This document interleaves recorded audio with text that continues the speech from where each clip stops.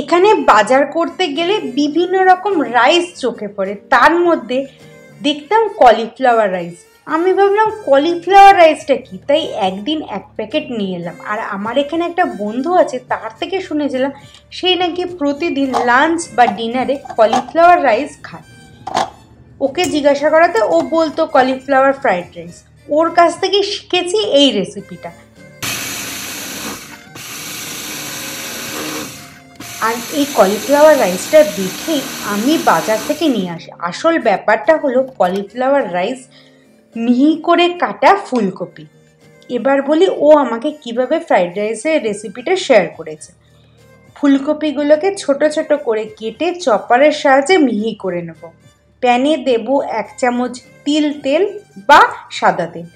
তাতে দেব দরদরে করে কাটা বেশ খানিক রসুন কুচি, আদা কুচি, নাড়াচাড়া করে দেব পেঁয়াজ কুচি। আবারও একটু নাড়াচাড়া করে তাতে দেব ক্যাপসিকাম, গাজর কুচি।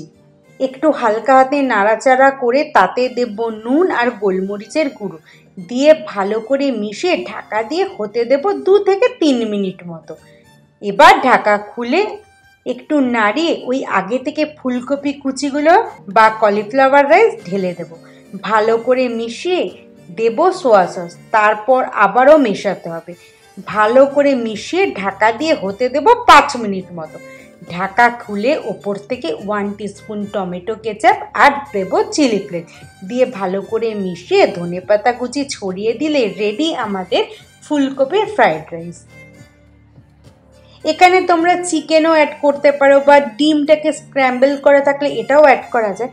আমি শুধু ওপর থেকে ডিম পোচ একটা বসিয়ে দিয়েছি। একদম পারফেক্ট লাঞ্চ রেডি।